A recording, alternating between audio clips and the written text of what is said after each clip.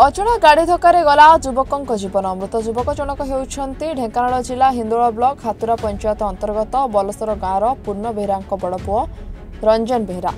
गतकाली रंजन बारसिंगा गाँव को निज अप्पा घर को जाइथिले। दिन पाखापाखि 3टा समय रंजन निज अप्पा घर निज गाँव को फेरवा बाटरे कुमुरुसिंगा ठारे तांको एक अजणा गाड़ी धक्का देथिला एवं रंजन तांको बाइक सह रास्ता पार्श्वरे थिबा एक खाल पड़ जाइथिले।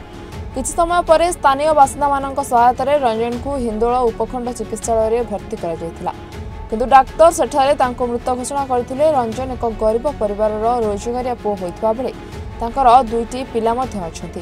तबे रंजन को मृत्यु पर परिवार को सरकारी सहायता जोगाई देबाकू अनुरोध करछंती रंजन को भाई।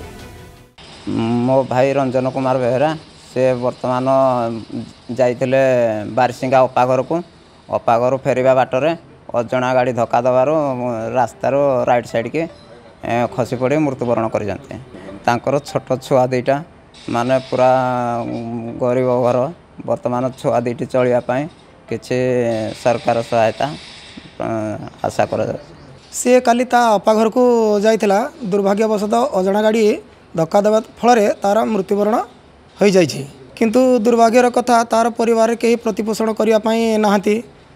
किमती ता परिवार प्रतिपोषण करेंगे कौन किमती चलो से सरकार जदि ता कथा विचार विमर्श कले भल होता। Hindol Gautam Muduli report, reporters today.